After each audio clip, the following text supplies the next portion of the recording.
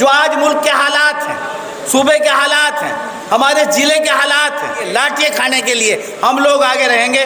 उन लोगों को पता होना चाहिए इस्लाम क्या है। 1 महीने की इबादत के बाद ईद का त्यौहार आता है। कितनी खुशियाँ लोगों में, बच्चों में, बुजुर्गों में होती है, क्योंकि इबादत के बाद दिल रूह पाक हो जाती है। तरावीह सुनते हैं, समझते हैं, परवरदिगार से नाता जुड़ता है। उसके बाद ये ईद का खिस्सी का त्यौहार आता है। जब मैं छोटा था, जभी से इस इंतजार में रहता था कि ईद आएगी और सिवई घर घर खाने को मिलेगी। ये मोहब्बत की बातें थी, और वो मोहब्बत की बातें किसी सोसाइटी को, किसी मुल्क को जिंदा रखती हैं।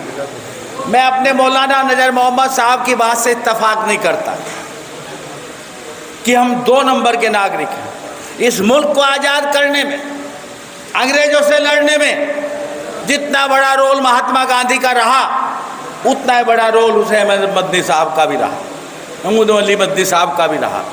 उन्होंने क्या क्या अंग्रेज़ों के जुर्म नहीं सहे हैं। और जमीयत और तंजीम है जो अंग्रेज़ों के सामने भी और आज़ाद हिंदुस्तान में भी हिंदुस्तान को जोड़ने का काम किया है, हिंदुस्तान का एकता बढ़ाने का काम किया है। बहुत मौके ऐसे आए और आज भी ऐसे मौके हैं कि कुछ लोग आपस में बांट देना चाहते हैं, कुछ लोग आपस में तकसीम कर देना चाहते हैं। उनसे जोड़ने का काम अगर कोई तंजीम कर रही है, कोई सस्ता करती है, तो हमारी जमीयत उलमा हिंद है। और ये मुबारकबाद के मुस्तैक इन्हें हम मुबारकबाद पेश करें। और सबसे ज़्यादा ज़रूरत आपस में एकता की।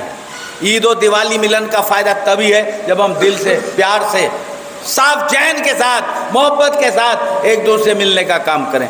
अभी मेरे भतीजे एहतशाम बोल रहे थे, यही बात दोहरा रहे थे कि मैंने वो काम करने की कोशिश की जिससे आपसी लोग बढ़े रहें। बहुत हमारे मुफ्ती साहब ने बात कही थी और वो बिल्कुल सही बात है। जो आज मुल्क के हालात हैं, सूबे के हालात हैं, हमारे ज़िले के हालात हैं, उन हालात में उन लोगों को आपको ताकत देनी पड़ेगी। वो हिंदू हो या मुसलमान हो, किसी भी मजहब के मानने वाले हों, कैसे भी इबादत करने वाले हों, जो एकता चाहते हैं, जो सेकुलरिज्म को पसंद करते हैं, ये आज मुल्क की सबसे बड़ी ज़रूरत है। और ईद मिलन का मकसद ही क्या है?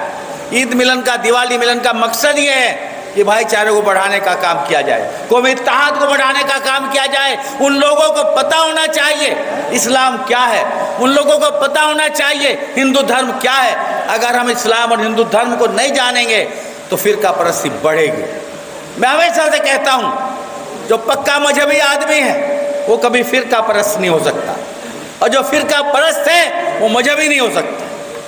फिरका परस्त आदमी का मजहब से कोई वास्ता नहीं होता। अपने मजहब का एहतराम करना, उस पर चलना हमें बड़ों ने सिखाया है। और ये ईद और दिवाली का मकसद भी है, ये भाईचारे का मकसद भी है, और इसको जिंदा रखना आप लोगों का काम है। ये रहनुमा जिंदा नहीं रख सकते जो जिले के हों, प्रदेश के हों, देश के हों, अगर जनता इसको नहीं समझेगी। इसको तोड़ने का बहुत बार से काम किया गया, बड़े एनआरसी तरह की चीज़ें लाई गई। हमेशा मैं अपनी जो हिंदू कौम के लोग बैठे हैं उनसे कहता हूँ, जब इस तरह के काम किए जाएंगे आपको हमें आगे आना चाहिए, मदद के लिए आगे आना चाहिए। सबसे पहले झेलने के लिए, लाठियाँ खाने के लिए हम लोग आगे रहेंगे तो नजर मोहम्मद साहब को कहने की ज़रूरत नहीं पड़ेगी कि हम दूसरे तरह के ना।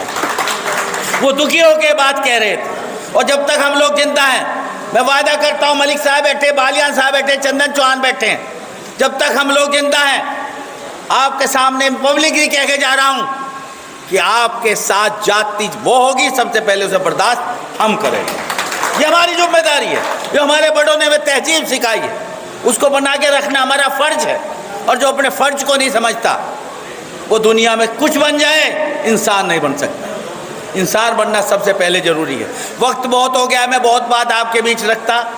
मैं फिर से हाफिज़ जी, आसिफ भाई, पूरी इनकी टीम को मुबारकबाद पेश करता हूँ और ये उम्मीद करता हूँ ये 2024 की ईद तक का मुबारकबाद दे रहा हूँ।